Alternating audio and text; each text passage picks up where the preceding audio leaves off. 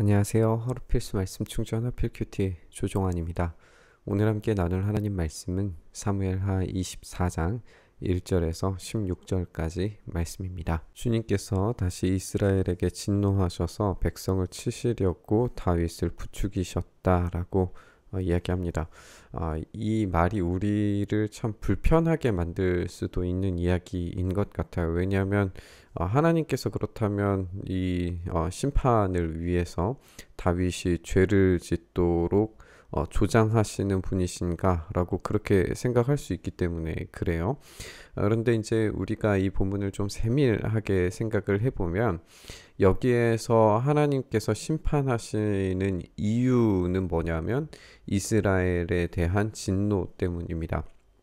여기에서 이스라엘의 범죄가 어떤 종류인지는 우리가 알 수 없습니다. 그리고 그 범위가 어느 정도까지 퍼져 있었는지도 우리가 알지 못해요. 그러나 이스라엘의 어떤 죄로 인하여서 하나님께서는 심판하실 필요성을 느끼셨습니다. 그래서 다윗을 부추기셨습니다.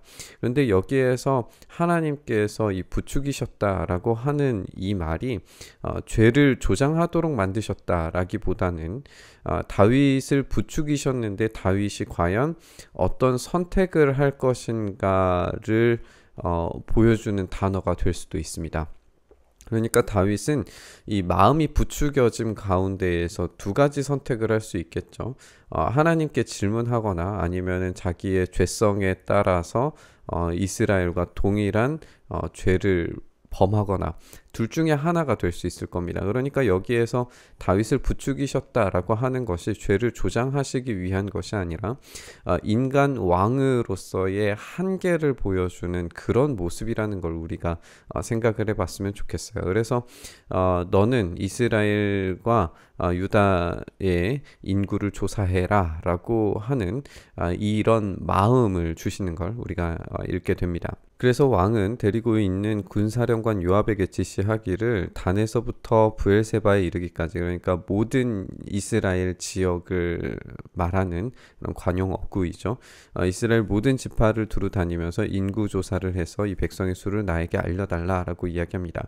여기에서 명시적으로 등장하지는 않지만 이 인구를 조사한다는 것은 군사적인 준비를 위한 행위였다는 것을 우리가 알 수 있어요. 이제 뒷부분에서도 등장을 하겠지만 이건 이제 두 가지 측면에서 이것을 우리가 생각을 해볼 수 있는데 다윗이 전쟁을 준비하고 있다. 그래서 전쟁의 군주로서 이 군사들을 모아서 또 다른 백성들을 침탈하고 또 다른 국가를 약탈하고 침탈하는 계획을 벌이고 있다라고 생각할 수도 있고 또 한 가지 생각을 해볼 수 있는 것은 이제 군사력과 인구수를 세는 것은 필연적으로 세금과 조세와 관련되어져 있는 행위였을 거예요. 그렇기 때문에 단지 숫자를 세는 것이 아니라 이 전쟁과 세금, 경제적인 부요함 이런 것들을 생각했을 때에 이것이 국가의 부강함 또 어떤 방식의 폭력적인 세금 착취 행위 뭐 이런 것들이 포함되어져 있는 것이라면 이것은 진짜 심각한 범죄가 될 수도 있는 일입니다. 이것은 정치적으로도 굉장히 위험한 선택일 수도 있었어요. 그래서 요압이 왕에게 말합니다. 임금님의 주 하나님이 이 백성을 지금보다 100배나 더 불어나게 해주셔서 임금님께서 친히 그것을 보시게 되기를 바랍니다. 그러나 높으신 임금님께서 어찌하여 이런 일을 하시고자 하십니까?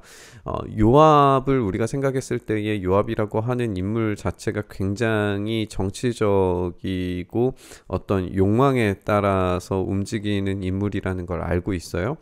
이런 요압이 만류할 정도로 이것은 정치적으로도 굉장히 큰 리스크가 있는 그런 행위였다는 걸 우리가 알 수가 있습니다. 그런데 이제 요압과 사령관들이 왕을 설득시킬 수가 없었기 때문에 요압과 군사령관들이 이스라엘 인구 조사를 하려고 왕 앞에서 떠나가게 됩니다. 그들은 요단강을 건너서 갓 골짜기 한가운데에 있는 성읍인 아루엘 남쪽에서부터 인구를 조사 시작해서 야스엘 성읍, 그리고 길르앗, 닷디모시, 그리고 다나얀, 그리고 시도네까지 이제 돌아섭니다. 그리고 두로 요새에 들렀다가 히윗 사람과 가나안 사람의 모든 성읍을 거쳐서 유다 남쪽 브엘세바에까지 이르렀어요.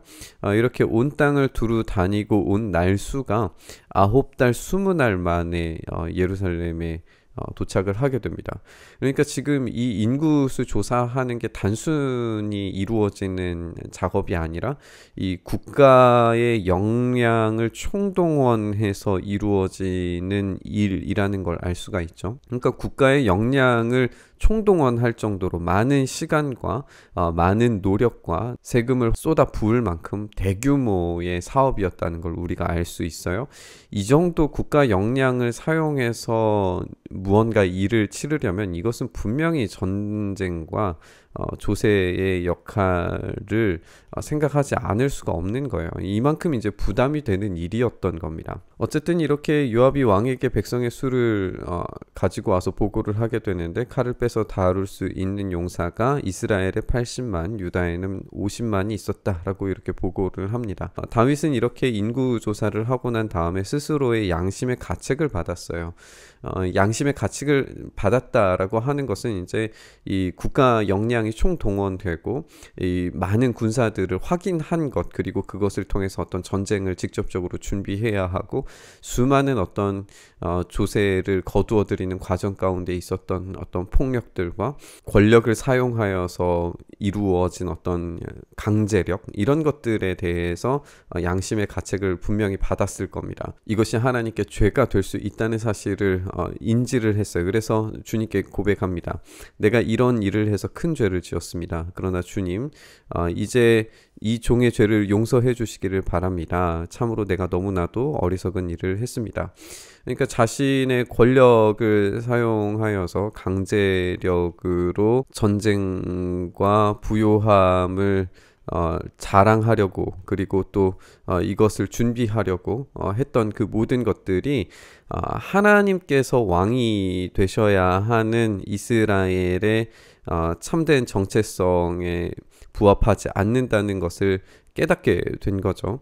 이스라엘의 정체성은 하나님께서 왕이 되셔야 되는 건데, 자신이 권력을 가지고 자신이 강제력을 가지고 전쟁을 준비하고 조세를 백성들에게 부담시킴으로써 너무나도 큰 일들을, 국가의 역량들을 소비한 것을 자신이 이제 깨달았다라고 고백하는 거예요. 다윗이 다음날 아침에 일어났을 때에 다윗의 선견자로 있는 예언자 갓이 이제 주님의 말씀을 받아서 이렇게 전합니다. 나 주가 말한다. 내가 너에게 세 가지를 내놓겠으니 그 가운데 하나를 택해라. 그러면 내가 너에게로 그대로 처리하겠다.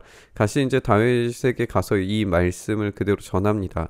임금님의 나라에 7해 동안 흉년이 들게 하는 것, 아니면 임금님께서 왕의 목숨을 노리고 쫓아다니는 원수들을 피하여서 석 달 동안을 도망다니는 것, 아니면 임금님의 나라에 사흘 동안 전염병이 퍼지는 것, 이 세 가지 중에 하나를 선택하라고 이야기를 합니다. 7해 동안의 흉년은 준비되지 않은 상태에서 이것이 벌어지면은 이제 국가 자체가 존속이 불가능해질 정도로 힘겨운 시간을 지나게 될 거니까 이것은 선택의 여지가 없겠죠. 그리고 이제 임금님께서 왕의 목숨을 노리고 쫓아다니는 원수들을 피해서 석 달 동안을 도망치는 것, 이것은 이제 왕만 고생하면 되는 것이기 때문에 선택의 여지가 있을 수도 있겠지만, 다윗의 이 인생의 여정을 생각을 해보면 또다시 이제 도망을 쳐야 하는 이 과정 가운데에서 국가가 갈라지는 것, 갈등과 분열을 통하여서 하나 된 이 나라를 세울 수 없다는 것을 깊이 경험했기 때문에, 이것도 단지 자신만 고생하면 되는 것이 아니라 국가의 갈등과 하나됨을 포함하는 일이기 때문에 이것도 선택하기가 쉽지 않았을 거예요. 이제 사흘 동안 전염병이 퍼지는 것, 이것이 그나마도 짧은 시간 동안에 최소한의 해결을 가지고 올 수 있는 방법이라고 생각을 했을 겁니다. 이제 임금님께서는 저를 임금님께 보내주신 분에게 제가 무엇이라고 보고하면 좋을지 잘 생각해 보시고 결정해 주시기를 바랍니다 라고 이렇게 이야기합니다. 그러자 다윗이 이제 갓에게 대답하기를 괴롭기가 그지없습니다. 그래도 주님은 자비가 많으신 분이시기 때문에 차라리 우리가 주님의 손에 벌을 받겠습니다. 사람의 손에 벌을 받고 싶지 않습니다 라고 이야기를 합니다. 여기서도 우리가 이제 알 수 있는 것처럼 사람의 손에 쫓기게 되면 이것이 이제 분열을 가지고 올 테고, 그리고 분열을 가지고 온다는 것이 국가가 이제 깨지는 일이기 때문에 하나님 손에 맡겨드려서 질병으로 벌을 받겠다라고 하는 이야기를 우리가 읽게 됩니다. 그래서 그날 아침부터 정해진 때까지 주님께서 이스라엘에 전염병을 내리셔서 단에서부터 브엘세바에 이르기까지 백성 가운데서 죽은 사람이 7만 명이나 됩니다. 단에서부터 브엘세바에까지라고 하는 것이 온 이스라엘이라고 생각을 해보면 지금 이 국가 단위의 재앙이 일어난 것이고 이것이 이제 하나님께서 심판하신 내용이라는 걸 우리가 알 수 있죠. 천사가 예루살렘 쪽으로 손을 뻗쳐서 그 도성을 치는 순간에 주님께서는 재앙을 내리신 것을 뉘우치시고 백성을 사정없이 죽이는 천사에게 그만하면 됐다. 너의 손을 거두어라 라고 그렇게 명령하십니다. 이것이 이제 주님의 자비가 많으신 분을 표현하고 있는 것인데 인간 왕이었던 다윗이 하나님과 이스라엘의 이 죄악 그 사이에서 중재하지 못하고 이런 일들이 벌어진 것을 생각해 본다면 벌을 내리시는 것도 그 벌을 멈추시는 것도 용서하시는 것도 오로지 전적인 주권자를 가지신 분은 하나님밖에 없다는 사실을 우리가 여기에서도 재확인할 수 있어요. 그때 주님의 천사는 여부스 사람 아라우나의 타작마당에 서 있었다라고 이야기하면서 이 뒤에 나오는 이야기가 이 밭을 사서 이제 성전을 마련할 수 있는 그 터를 구입하게 되는 그런 과정들을 우리가 읽게 될 겁니다. 우리는 이스라엘의 범죄의 종류와 범위를 알 수는 없어요. 그런데 그것이 하나님의 심판을 가져왔다는 사실은 분명히 알 수 있습니다. 다윗은 인간 왕으로서 하나님과 이스라엘 사이를 중재할 필요가 있었지만 그도 역시 죄인이었기 때문에 하나님 앞에서 회개하거나 용서를 구하거나 문제를 해결하는 등의 방식으로 구원을 베풀 수가 없었습니다. 이것이 우리들의 문제입니다. 우리는 너무나도 광범위한 죄의 영역 속에서 살아갑니다. 죄성으로 오염된 우리의 본성은 참 하나님의 마음을 바르게 분별하지 못하고 죄악된 선택을 반복하게 됩니다.